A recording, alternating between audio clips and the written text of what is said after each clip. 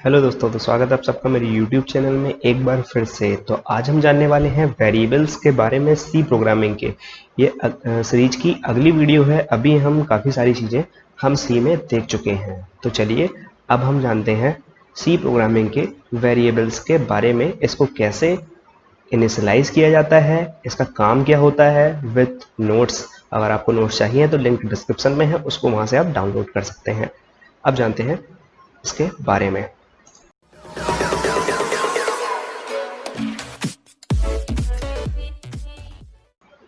तो वेरिएबल्स के बारे में हम बात करेंगे तो इसकी जो भी डिस्क्रिप्शन होती है ये होता है किसी भी प्रकार के डेटा को प्रोसेस करने के लिए हमें सबसे पहले यह तय करना होता है कि हम किस प्रकार के डेटा को कंप्यूटर की मेमोरी में स्टोर कराना चाहते हैं।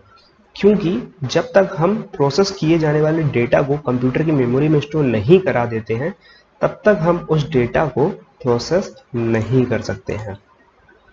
आप इसका मतलब नहीं समझे होंगे, लेकिन मैं आसानी से आपको पहले समझाता हूँ। अब मान लेते हैं हम कोई एक प्रोग्राम बना रहे हैं 2+2 का। ठीक है, यहाँ पर हम 2+2 का एक प्रोग्राम बना रहे हैं। तो इस 2 को इनपुट कराने के लिए हमें कुछ वेरिएबल्स की ज़रूरत पड़ती है जो कि डेटा टाइप के साथ कंबाइन करते हैं। डेटा टाइप मैंने पिछली वीडियो में बताया था, आपने नहीं देखी है तो वो आप जाके देख सकते हैं। ठीक है, अब वेरिएबल्स क्या करता है, इस 2 को जो कि हम इनपुट कराने वाले हैं उसको होल्ड करके रखता है। उसको आगे प्रोसेस करने के लिए डेटा को एक स्थान पे होल्ड करता है। जैसे मैंने ए के अंदर 2 को होल्ड करा लिया है तो ए एक प्रकार का वेरिएबल हो चुका है। अभी हम इसके बारे में प्रैक्टिकल से बताएंगे, तब आपको अच्छे से समझ में आएगा। फिलहाल आप इस थ्योरी को पढ़ सकते हैं, इसको आप समझ सकते हैं।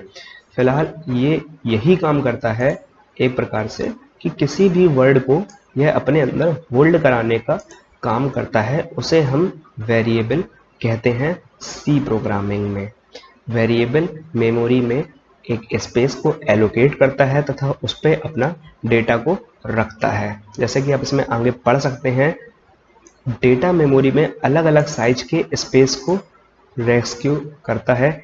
इसलिए जब हमें प्रोसेस किए जाने वाले डेटा के टाइप का पता चल जाता है, हम उस डेटा टाइप को रिप्रेजेंट करने वाले कीवर्ड के आधार पर मेमोरी में कुछ स्पेस दे देते हैं। इससे मतलब कि जैसे मैंने कुछ ए को एक वेरिएबल बनाया है, अब वह जाके मेमोरी में स्पेस ले लेगा तथा उसमें हम कोई भी अपनी वैल्यू को होल्ड करवा लेंगे। ठीक है, बेसिकली वेरिएबल्स का यूज़ प्रोग्राम में डेटा को स्टोर कराने के लिए, मेमोरी में स्थान देने के लिए इसका यूज करते हैं। अब आप समझ गए होंगे ये क्यों करते हैं। अब हम चलते हैं अपने एडिटर में। अब हम सीधे मैं आपको यहाँ पर एडिट करके मतलब समझा के अब मैं आपको यहाँ पर बताता हूँ एक प्रोग्राम बना के वेरिएबल आखिर है क्या। तो यहाँ पर हम देख रहे हैं वेरिएबल्स। ठीक है, तो सबसे पहले मैं यहाँ पर बेसिक जो होता है include studio dot h and has include conio dot h, इन सारी चीज़ों के बारे में मैंने पहले भी बताया है ये होते क्या हैं। तो हम एक void टाइप का फंक्शन बनाएंगे, मतलब कि ये कुछ भी रिटर्न नहीं करने वाला है अपने फंक्शन में। अब जैसे कि मैंने कल एक डेटा टाइप के बारे में बताया था, अब हम यहाँ पर 2 होल्ड कराने वाले हैं। तो सबसे पहले हम यहाँ पर लिखेंगे डेटा टाइप। मैंने इंटीजर टाइप की वैल्यू इसमें इनपुट करवानी है तो मैंने यहाँ पर लिखा है इंट int। इसके बाद किसके अंदर करवाना है, मुझे ए के अंदर 2 को स्टोर कराना है। ठीक है, इतनी बात अब आप ये गौर से समझेंगे, ये इंट a इक्वल्स टू 2 क्या है। यहाँ पर इंट एक डेटा टाइप है जो कि मैंने बताया है, ये एक इंटीजर टाइप की वैल्यू को इनपुट कराएगा, मतलब अंकों को। ठीक है, ए जो आपको यहाँ पर दिख रहा है ये ए, यही एक वेरिएबल है। ठीक है, यही एक वेरिएबल है, इसमें हमने 2 को स्टोर करवा दिया है। इसका मतलब अब ये हो चुका है कि ए मेमोरी में ए ने अपना एक स्पेस बनाया उसमें अपने 2 को होल्ड कर लिया है, यानी कि अब a की वैल्यू इक्वल्स टू 2 हो गई है। ऐसे ही हम कैर जो कि एक डेटा टाइप है, इसमें हम किसी भी चीज़ को होल्ड करवा सकते हैं। मैंने यहाँ पर होल्ड, जैसे कि डबल कॉलम के अंदर लिखते हैं ANE, ठीक है, मैंने यहाँ पर इसके अंदर ये होल्ड करवा लिया है। तो यहाँ पर कैर एक डेटा टाइप है, कैरेक्टर टाइप का है, बी एक वेरिएबल है और इसके अंदर ये मैंने एक कैरेक्टर को इनपुट करवा लिया है। इसी प्रकार से आप फ्लोट एक प्रकार का डेटा टाइप है जिसमें हम दशमलव वाली संख्याओं को स्टोर करवा सकते हैं, जैसे कि मैंने यहाँ पर c इक्वल टू 2.3 ये मैंने इसमें स्टोर करवा दिया है। तो बस यही होता है एक वेरिएबल का काम। ये क्या करता है, अपने अंदर कुछ वैल्यूज़ को स्टोर करके रखता है। अब मैं जैसे इसको एक बार प्रिंट करा के आपको दिखाता हूँ।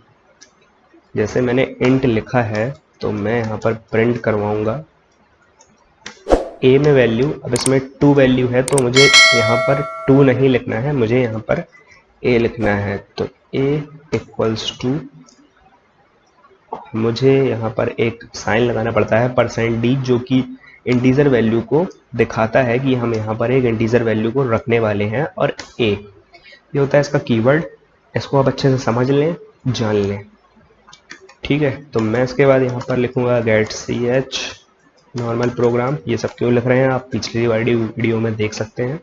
तो मैं इसको सिंपल आपको रन करवा के दिखाता हूँ और फाइनली ये रन हो चुका है एंड आपके सामने आंसर आ चुका है a इक्वल्स टू 2। यानी कि मैंने यहाँ पर कुछ लिखा नहीं है, यहाँ पर 2 आप देख रहे हैं, मैंने लिखा है a की वैल्यू यहाँ पर अलॉट हो चुकी है 2। तो यही होता है एक वेरिएबल का काम कि यह कैसे हैंडल करता है किसी भी डेटा को अपने अंदर रखने के लिए। जो भी डेटा होता है वह इसके अंदर रखा जाता है, इसको कहते हैं वेरिएबल। अगर आप इसका सिंटैक्स देखना चाहते हैं तो मैं आपको इसका सिंटैक्स बना के दिखा देता हूँ। और सी प्रोग्रामिंग की ऐसी ही वीडियो देखने के लिए आप मेरे चैनल को सब्सक्राइब कर सकते हैं, ठीक है। तो मैं यहाँ पर इसका सिंटैक्स लिखने वाला हूँ।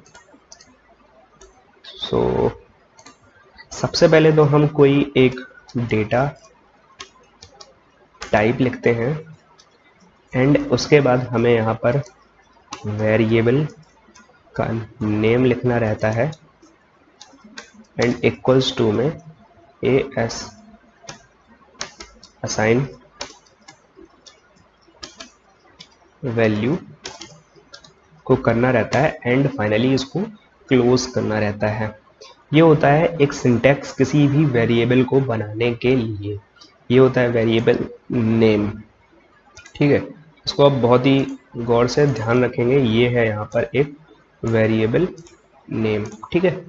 अब मैंने आपको एक बार करके भी दिखा देता हूँ कैसे हम लोग इस वेरिएबल को असाइन किए थे अभी पीछे वैसे ही मैं यहाँ पर दिखाता हूँ। जैसे इंट एक डेटा टाइप हो गया, वेरिएबल नेम मैंने यहाँ पर रख लिया var इक्वल्स टू 5।